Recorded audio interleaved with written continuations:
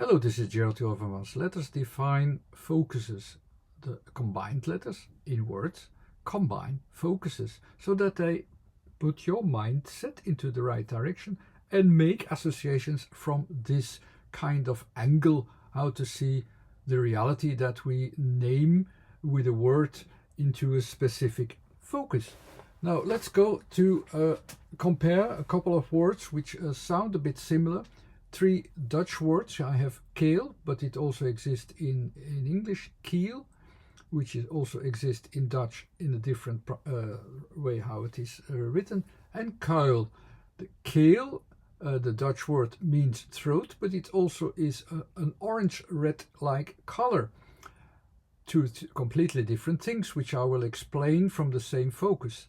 KEEL with the IE is the same thing as English with the double E, also pronounced as E, is a different thing, which you know of course as well. That's the keel of the boat.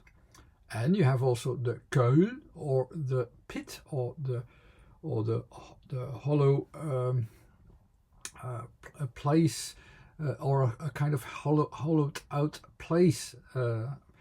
Also, all these different, slightly different letter combinations are basically focusing upon a similar kind of focus from K to L, and I will explain these basing myself upon my theory here on the right, without much explanations, but I will go to the letters that we need. So let's go to the first letter, which is the K. And the K starts in the below in the system. It's one of the main focuses. It's one of the starting point focuses, and you have three kinds of starting points. You have a starting point which it starts to develop, which is really highlighting out a starting point in T, or which is already a doubtful starting point. So at the same time, it's also a breaking point of being able to keep this as a starting point. So something is breaking, something is changing, something is already there, that we cannot keep that starting point there very focused at that point. So there, because if you put it into a form, which my sound in form theory is named for doing that, when you put that into a form, you have actually one focus which is a little bit moving, a bit blurry. It's as if you can't focus very well, and you're also not very sure anymore, is it still part of my frame, of my focus, not only of my focus but also of my frame, of what I can handle, or is it already no longer part of it, or am I losing it already? It's that kind of attention which is needed in understanding words with the letter K. And all the last letters there are also about that doubtful moment where you have to go and actually also look for, maybe I have to look for a solution elsewhere. For K, it could mean also I have to look outside my normal focus, outside my normal context. It could be as well already, although context is only something of the last category, and there you deliberately use context, you deliberately look for somewhere else and so on. Here we're going to look for something within a starting point, but we can already, if our starting point doesn't work, maybe we can choose another starting point, or we deliberately also choose a different starting point. That means also a different context. So it is possible to already use context in that third position, and I use that as a context which takes it also out of space, out of the placement, and it is still placing it somewhere in space, but it is also placing it from a different kind of subject. It can be, the subject can is not always something physical, but you can see it physically. So with, like for instance, you have I have that with the color. Of course, color is a different concept you can still use it as a system on its own, and therefore you need to refocus as well. So the K, which is refocusing, can also take out a different subject than the physical objective reality, and then we can use it again as an objective reality. But basically it is a breaking point of your focus. That's what it is in all ways to explain it. Where you also not very sure, like, okay, can we keep our focus here, or is it a breaking point? And are we already breaking away from it, or can we have a little bit of effort and keep our focus intact? The main thing, and the main important thing of all the first 9 letters of the first focus on the position in space with my fixed objective. That's my objective also, to have a fixed point which I can define and which is clear enough. So I try to keep my focus straight. But you have the danger in the third option, always you have that danger that it's going away. It's going away from my starting point as well. So what will it be? Shall it break away, or can I keep it? In the whole set of colors, you can actually give it a quite good order within a center, within a one mind focus. It is possible to do so that you put all colors into a color circle, let's say. And there you have actually all the colors, where below the left is still also the colors that you don't see, the infrared, and at the right there, the ultraviolet is there as well. I include them as well. So that's also our breaking point of what we still can see and cannot see. We start with, I have a color theory as well, so we start with red. If we put just all the colors as we know it, it goes from red to yellow to green to blue to purple, and from infrared you go of course towards red, and from purple you go of course to ultraviolet. That's the breaking point of what we can see. So that's already a very good starting point to pinpoint colors. So we know already there are 2 breaking points, the things that we cannot see, but here with infrared we still can sense it, of course. That's still something possible, but these are the 2 breaking points. So the K compared to color is at the right spot. So it starts what we can see at the red color. With the A to it means I have extra time to develop, so I give it some extra development, which on its own is easily associated with green, because that's about development, as you can see it there. But you have only a slight development, a slight plus with the L to it. So just a little bit extra of red to the next color gives it an extra touch of yellow, and it gives it the right focus of that orange, reddish KEEL color. Because that's the color which it is. KEEL on its own as a word, if you tell that to people, they have no clue what it is about. It's one of these words which you really need to give an intentional attention to what subject it is. So we give it already a context for someone who is hearing the word. You know, it's about this context. We have it, for instance, in crests. You have some certain colors.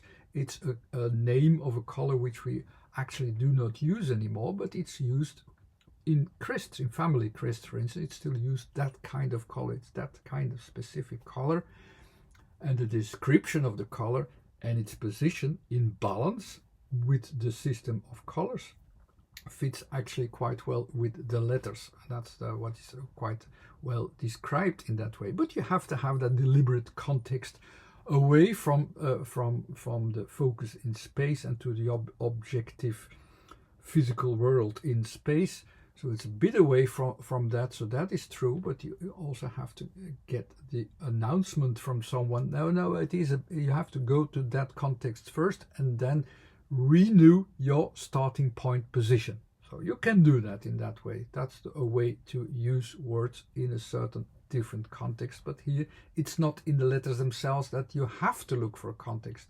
In K, it is a breaking point from your normal position of focus, but it's only a potential idea where to use it then somewhere else. But that's the most extreme thing that you can do, deliberately give it another context.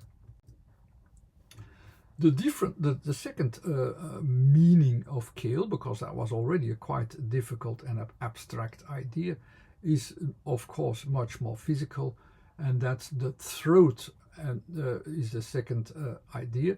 And KEEL, how you usually use it, has a couple of elements there that I will emphasize. You have these breaking points. You have also the timing, as I already said. And timing in its own also has 2 points. You have the starting point of timing, where I had the color red as well when I focused on 2 colors. And then there's the change or the move itself, where you go towards. So in the timing, you make a timing.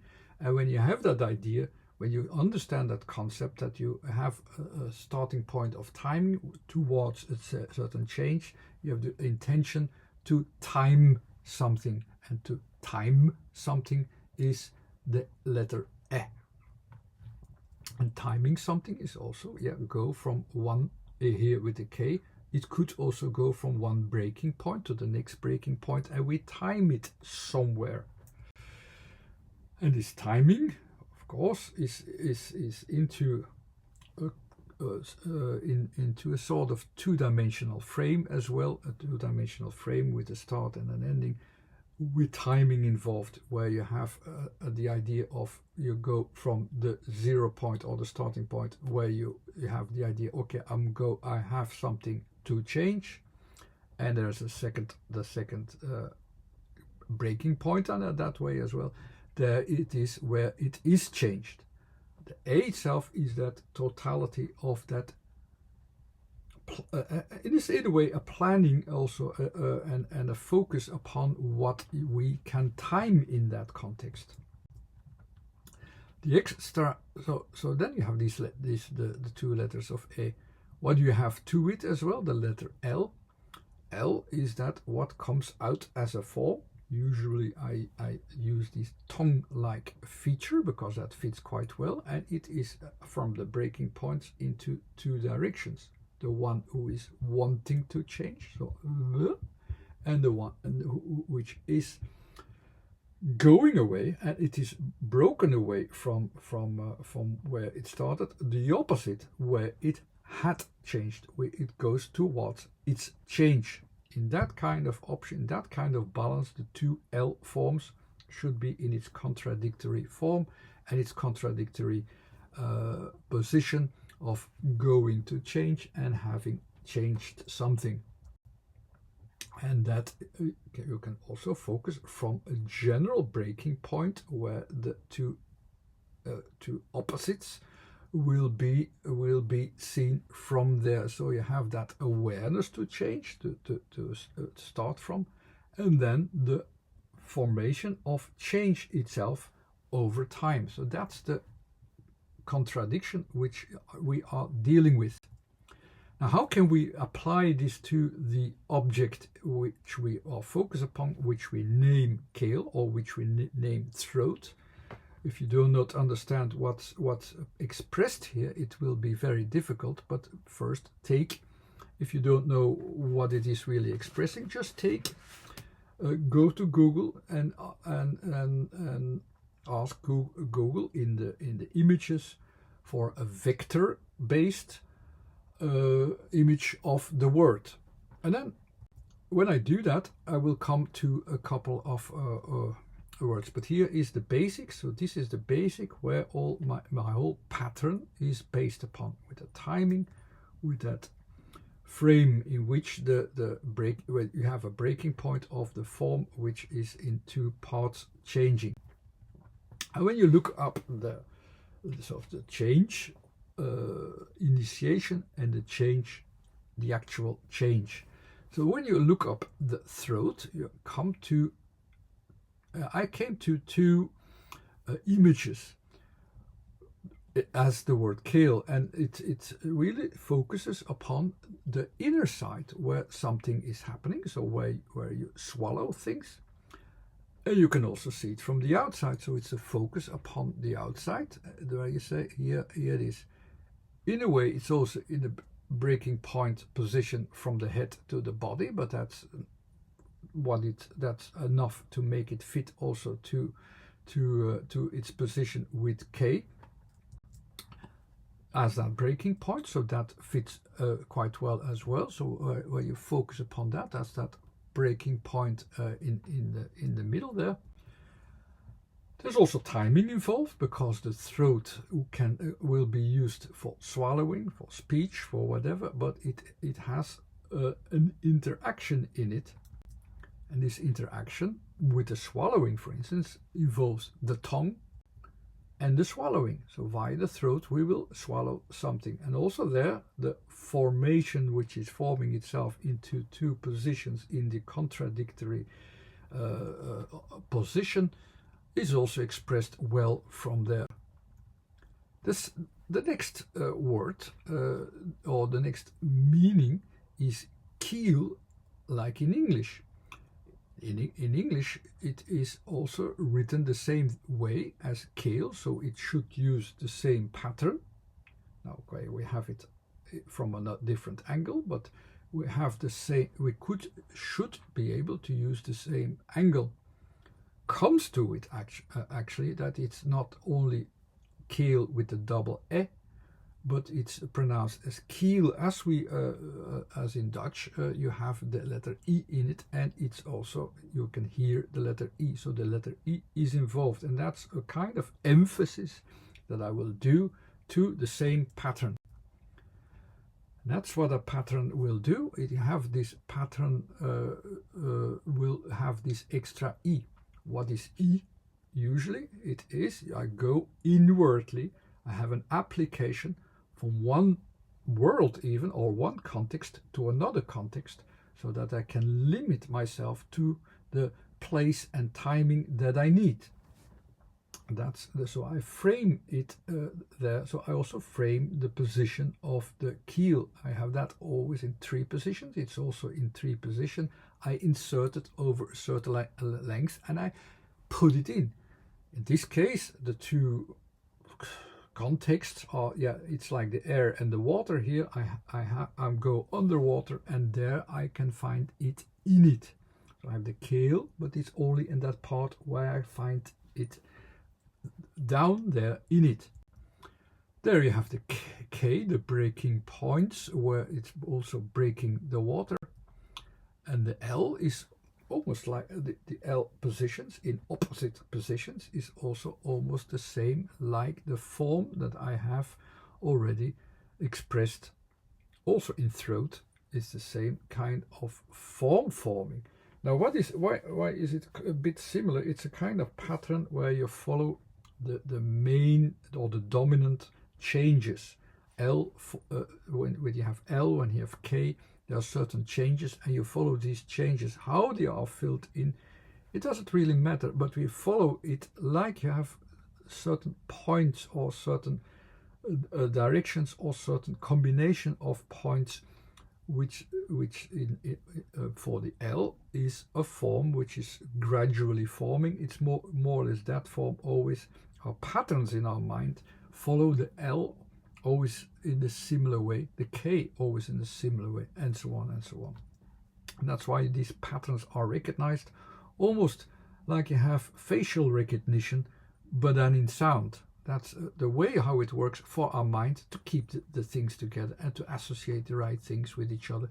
We're not very conscious that we can also symbolize it, almost like I have here symbolized what we are going to see, what we are really seeing, instead of having the points and say, okay, I have somewhere here, oh yeah, and there, and here it's symbolized and resumed, and you can see it even better what it is as a pattern.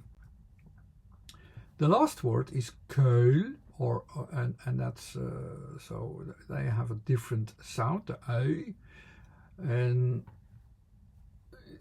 I can translate it as pit, but maybe a better word would be, there's a better word for it, but can't think of it right now.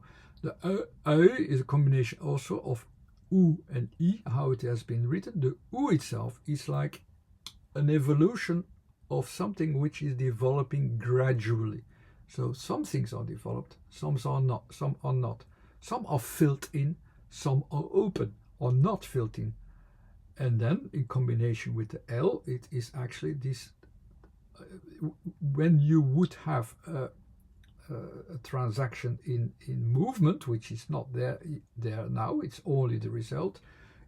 But if you would add a movement, so how the L is formed, you have something that like the ground has been taken and ground has been put in or put out. So it's there potentially, but it's not about movement, it's about the form itself as a result.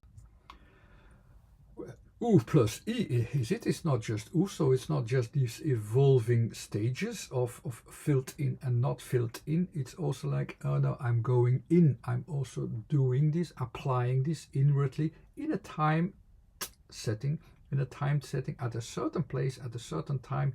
It happened, it already happened that it is being filled in, taken out, or opened as well at a certain stage, as you have that with ui. So basically that's what you have. You have these two contradictory formations of something taken out in stages, in a part filled in, a part not filled in, so that you can have the KEEL or the pothole. That's even a better word for it. Here's a sign for it. So this is the sign for, be careful, there's a pothole, and that actually describes it quite well. If you just take out the image, you see it's actually completely the same thing, where something, some part has been initiated at the beginning. You have something that has been taken out, and at the other end it's also something that has been where you went in and where something has been taken out as well. So the knot and the where it has been filled and where it has been taken out, these contradictions are there as well. It's expressed actually perfectly well, as you can see it here as KEEL in that expression, also symbolized, systemized in that way. So I hope you enjoyed this one. Thanks again for watching. Bye.